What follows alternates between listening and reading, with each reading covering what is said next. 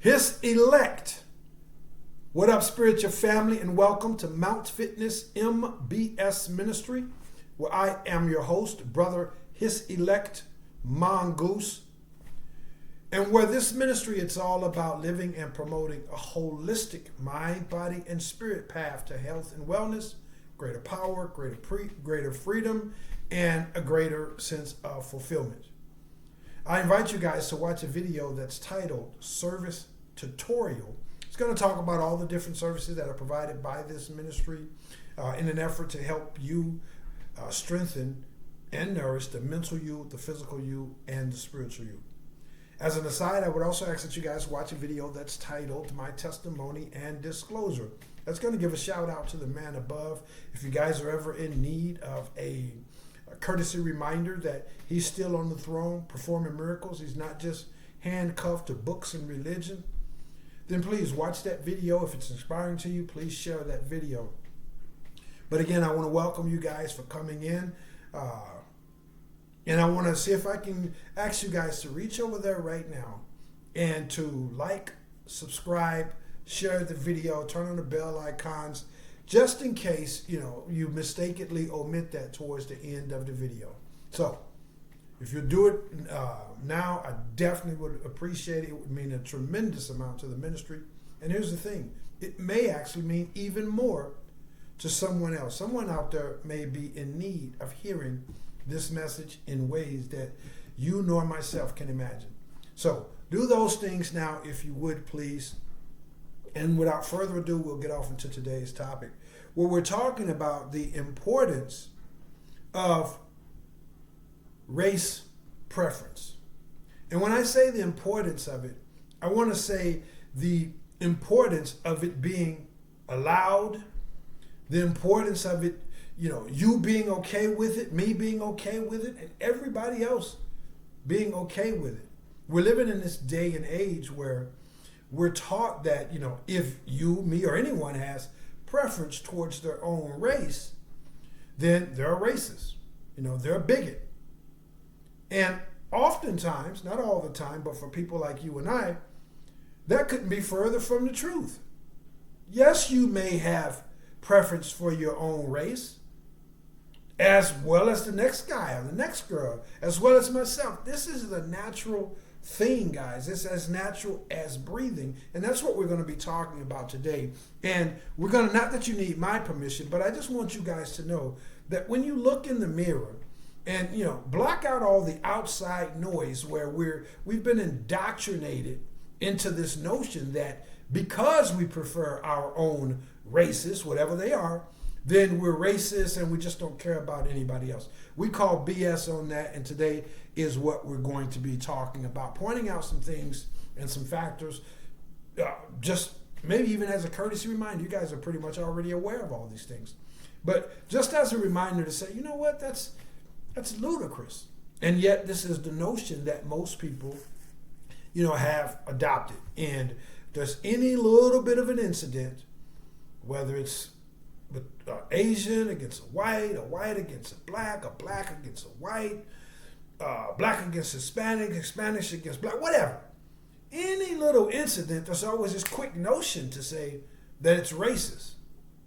And I'm not saying that oftentimes I'm not saying that oftentimes it may very well be a racist incident, but for us to just jump to conclusion, man, it's madness, and it's been carefully perpetrated by the media and the powers that were, et cetera, in order to get us to see and to view one another from this lens. And the sad part about it, guys, is that most people have fallen for it. I want to encourage you guys to know that as a member of his chosen elect, again, whatever his chosen elect mean to you, there's a 3-part chapter right here on this YouTube channel that spells out what it means for me and this ministry. And it's literally titled the introduction, his elect, the introduction. It's a 3-part series. But this is what most people, I want to tell you again, that as a member of the elect, you've been chosen by this universe, whatever that means to you, God, to stand on truth, to set a standard of excellence and to stand on that standard all across the board, to call this a spade, that a diamond, that a heart, that's a club, wherever you see it. And so this is what we're going to be doing. This is what we're here to do. And not just today's message, not just when it comes to this ministry, but in every aspect of our lives. You know, again, most people have fallen victim, fallen prey to this and other misguided notion. Most people are suffering. Here's an old school saying that I learned quite a while ago, and you know, just to let you know that I didn't come up with this, but as it relates to most people just being lost, and it's very unfortunate. It's very sad to see, man, because when your heart's in the right place, you naturally are empathetic. You're a naturally caring person, and you naturally want to aid, to assist, you know, to comfort, to encourage others. And most people are so hopelessly lost in fear and anger and whether jealousy and envy and all these different things that, you know, you might as well be trying to go out there and become intimate with a large cactus. I mean, take 3 seconds to think about how that's going to work out for you. Doesn't matter how attracted or how much you want to aid that cactus. Every time you put your arms out to it, every time you try to lean against it, you know, you're paying an enormous price. So this is unfortunately how most people have become. But, you know, thank God, if you will, for those like you and myself. Not in an arrogant way, not in an egotistical way, because we all have our flaws. We all have our flaws. We all have things that we're struggling and battling against. But at least we're putting in the effort. You know, we're holding ourselves accountable. We're holding one another accountable, and you know, we're looking ourselves in the mirror and say, you know what, I got to get better at that. And if this thing I'm doing now isn't helping me to get better at that, then maybe I need to change gears, or you know, tighten up my belt a little bit and work harder. Whatever the case may be, man. But the saying is, you know, that as it relates to, you know, everybody suffering, and today's message and people going for this false narrative is the quote, people are in trouble in America. As a matter of fact, people are in trouble throughout the earth. For people, humans have been turned into a force of death and destruction against ourselves. And we was never meant to be trapped in this darkness. Or we were only meant to be trapped in this darkness for a certain season. Which to say there's always light in the midst of the darkness. If you know where to find it, nothing is impossible. If you know who you were, you wouldn't want to be anybody other than who you are. We have one chance and one cause as his elect, and that's to find and promote one love. End quote. That's what we're here for, guys. That's our sole purpose for having this insight, for having this empathy, this compassion, this courage, this, you know, this quest to be at the absolute best human being that we could be, despite race, ethnicity, you know, all these different things, man. And I want to encourage you guys to stand strong in that, man. I know it's not easy, man, but I want you can oftentimes, by, you know, focusing on the higher power, you can see your strength within that struggle.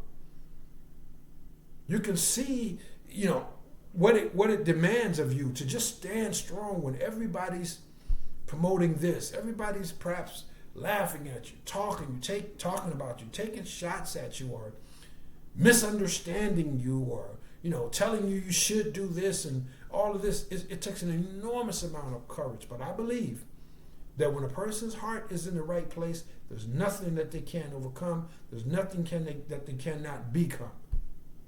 So keep that in mind, guys. Reach out to this ministry if I could be of service to you. Now, we're going to get into kind of the meat and potatoes of today's messages by, you know, going over the fact that when you prefer your race, when the next guy, the next girl, when I prefer my race,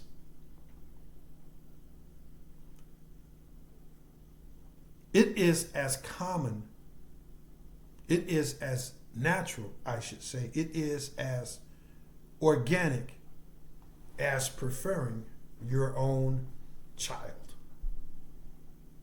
your own family, your own neighborhood, your own community.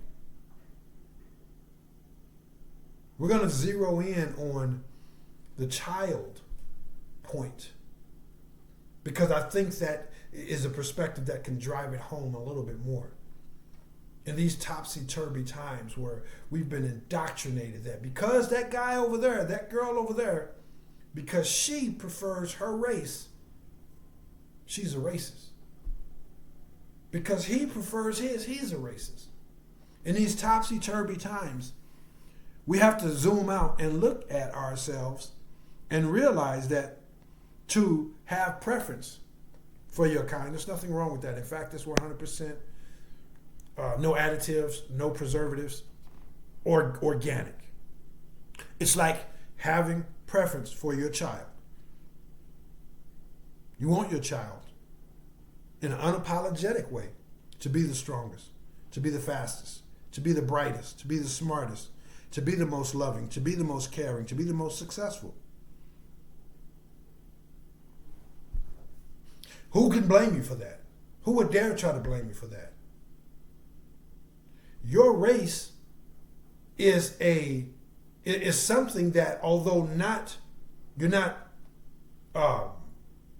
what we would say, they're not your offspring, they're not in your family circle, but they're in your greater family circle. You have views, you have ideas, you have perspectives, you have beliefs, you have the way you go about life, things that you agree with, that are 100% organic. You don't have to try to work on them. I'm not saying that we're monoliths out here, where all these different races are monoliths within the race. It's not what I'm saying.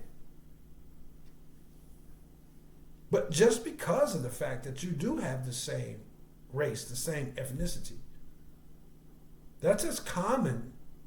That's as natural as having a natural vibe with your child. The child, of course, is a more pinpointed example, but you can easily see the comparison here.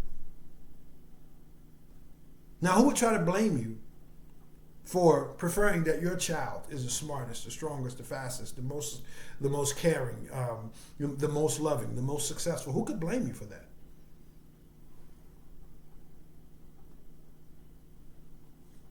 If you take your kid to a spelling bee, to a sports activity, if you take them to whatever the case may be, singing in the choir, whatever it may be, you want your kid to come out on top.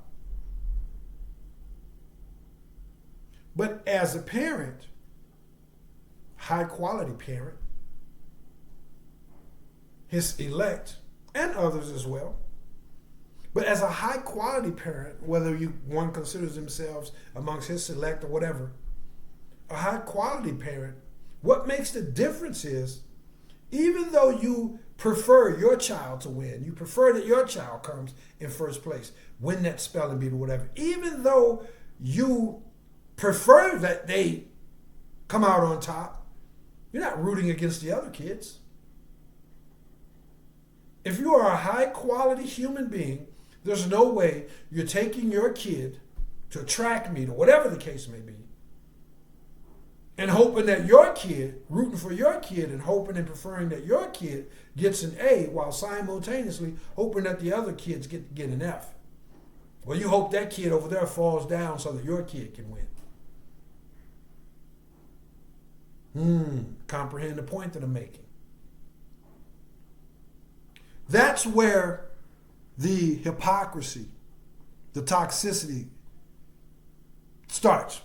If a person becomes so confused or so imbalanced to where they're actively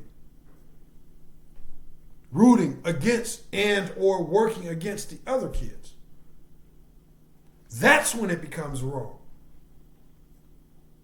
If you're a high quality parent, there's no way that you're rooting for the other kids to fail. In fact, there's probably a 100% chance that you're rooting for them to do well as well. You may not be rooting for them to come in first place like your kid, but you're cheering all the kids on. When you become disgruntled, bitter, and begin to see the other kids and wish them harm or or work to make sure that they're not successful in order for your kid to come in first place, that's when the toxicity comes in. That's when the madness comes in. Because it's easy for one to if one takes that mindset, they've lost sight of the fact.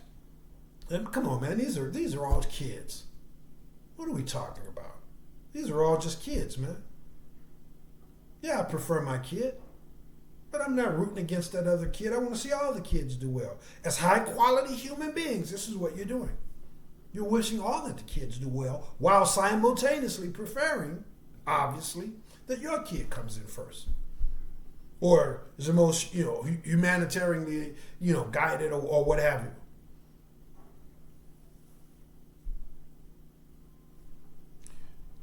Only those who have lost sight of this, remember, we're comparing, the kid represents the race in this analogy.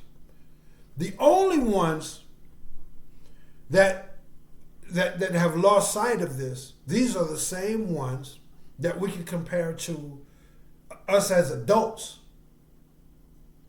These are the adults who, like that parent, if they're doing that, they've lost sight of the fact that, come on, man, these are all just kids.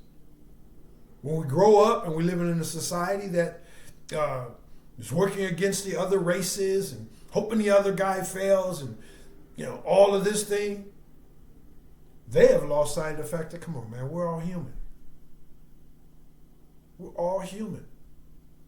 You could see somebody, that same human essence, that same spirit of humanity, if you will, that same spirit of this infinite source that birthed all of us into the universe is present in that person. Now, they may not be behaving in a way that we agree with. Maybe they are into things that are totally outside of what we all would consider decent, high quality behavior. Maybe they are, but the essence that birthed them into the universe is the same exact essence that birthed you and I into the universe.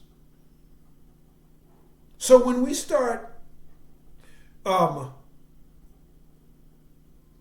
losing sight that we're all human and that essence is alive in everybody, and we're going to root against the other races and the other gender, that's when the toxicity comes in. And one have lost perspective of the fact that we're all human. Regardless of, that person could be in great physical shape. They could have tons and tons of weight to live. They could be to lose. They could be in a wheelchair. They could be blind. They could be in Saks Fifth Avenue. They could be down in the hood, broken, lonely, out on the farm. Wherever you see them, race, color, ethnicity, that same fabric, that same power that birthed them into the universe is in them.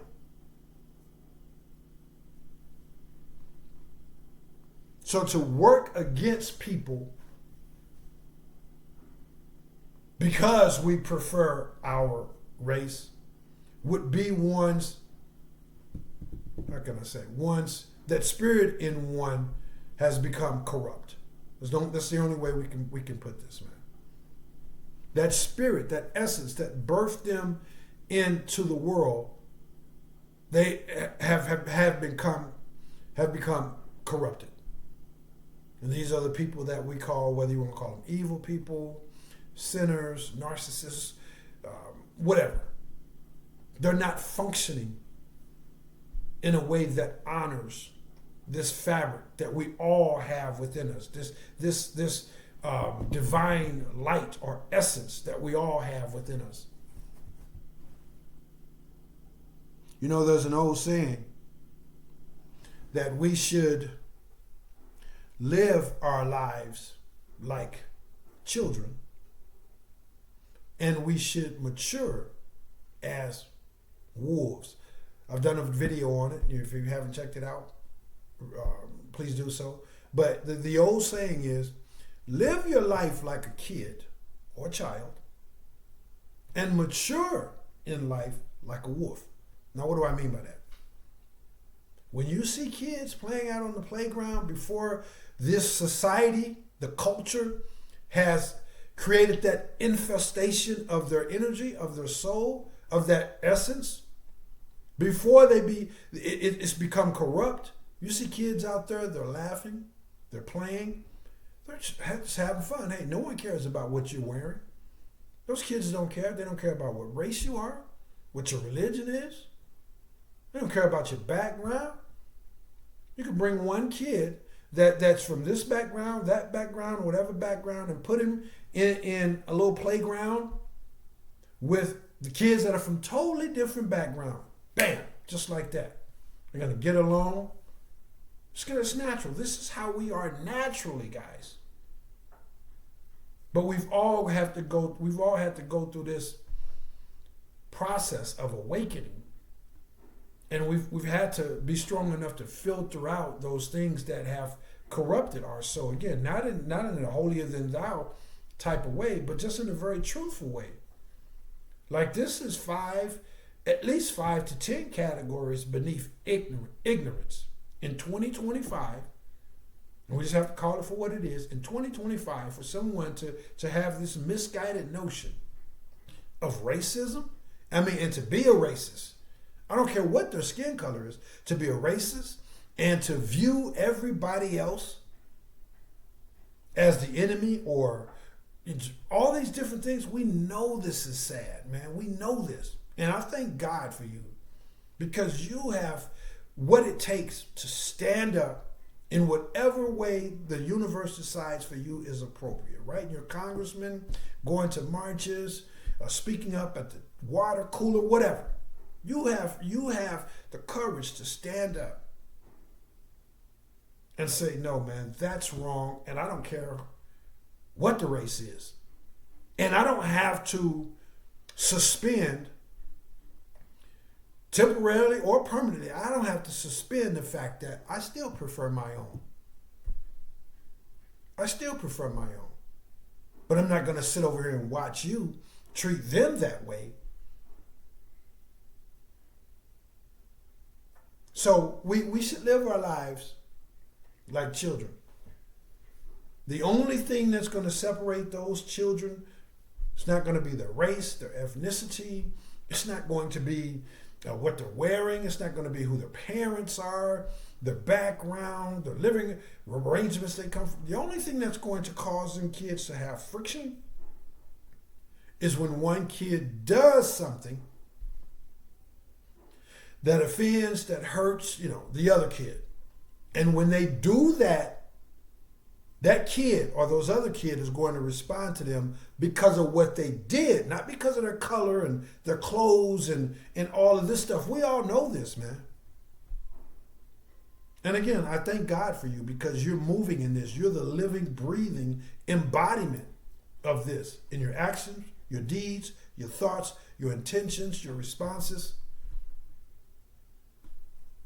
You have been elected, chosen by the universe for such a cause. Now, when it comes to we should live our lives like wolves, and I'll be very brief. I mean, we should mature as wolves is because if we could take this holistic approach when it comes to humanity and how we should mature and tie that into the statement about wolves. Wolves are some of the most unique animals on the planet, especially particularly when it comes to, the hunters, the predators. Wolves, unlike any other predator, they won't eat something that they didn't kill. They could be starving and come across a carcass. They're going to move on and trust that they're going to be able to make the hunt and make the kill. They just won't eat it. Wolves, when they mature, and they become of age to where they get into breeding and all that, they have one mate. They have that mate for life. They have that mate for life. And if that mate dies or something happened to that mate, that other mate will literally mourn. I believe it's for at least 6 months, and mourn by not eating, kind of distance himself from the pack for at least 6 months, and sometimes to death, like never eat again, just basically give up, don't want another spouse. It's about this loyalty and this interconnectedness when it comes to this is how we do things in a way that really, really honors the wolf pack. In our instance, of course, when it really, really honors the human pack, loyalty to the whole. and not the individual. Loyalty to, hey, we're so committed to the way we do things. We're not having divorce rates skyrocket. We're gonna one spouse, if it doesn't work out, we get that, but the chances are that's it. We're not just gonna, oh, that didn't work out, well, let me try this. Another thing that wolves do is when they age and the parents become too old to keep up in the hunt, the younger, more aggressive or younger wolves, period, they will leave the mom and the dad, the older wolves, in the den, and then just as they do with the baby wolves, they will go hunt for those baby wolves and the aged wolves and bring it back and feed them. This is, again, just to highlight how we as a human species should be. How we are in our organic, uninterfered, left alone way, without all these additives and preservatives of what society says, sometimes what our parents says, what religion said, what history said, and in vogue culture, with all of those things, minus all of those things, left to grow in our own organic way, then I guarantee you those kids that are laughing and playing in the playground without all of this BS being thrown into them, they'll be laughing and playing from the playground to the high school, to the college, to careers, on into old age and all of this. Because they don't, as you know, we say we don't see color. I mean, we obviously see color, but we don't see color. Those kids will never really see color in the sense that, oh, this guy, that girl.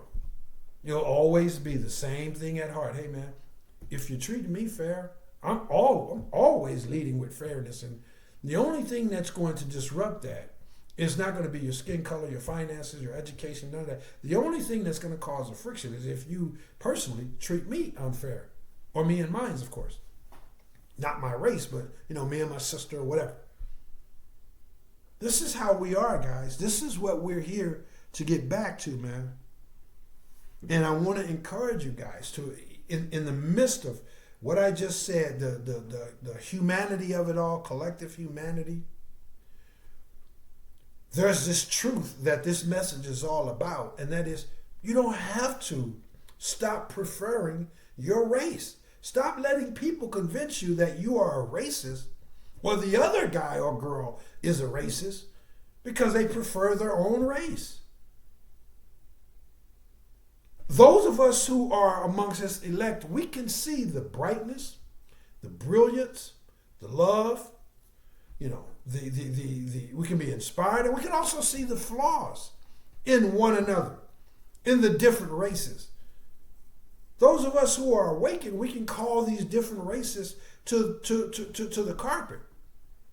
Because that's another reason, as I prepare to close, guys, that's another reason why race preference is okay. Because when you prefer your race, just like when you prefer your child, when you prefer your child to go to school and, be the fastest, the smartest, the most successful, whatever, what are you doing for that child? You're encouraging that child. You're loving that child. You're providing with all the time and resources that you possibly can. You're giving them something that says, hey, we have the highest standard for you, the highest expectations for you. We prefer you. And we're pouring all of this in you because we want you to grow up and be the beacon of what love, success, happiness, a champion, whatever. We want you to be the living, breathing embodiment of that. So that you can filter that out and be everything that a real leader, share with the others what a real leader, what real success, real compassion, and all these things really is all about. So you're building your kid up.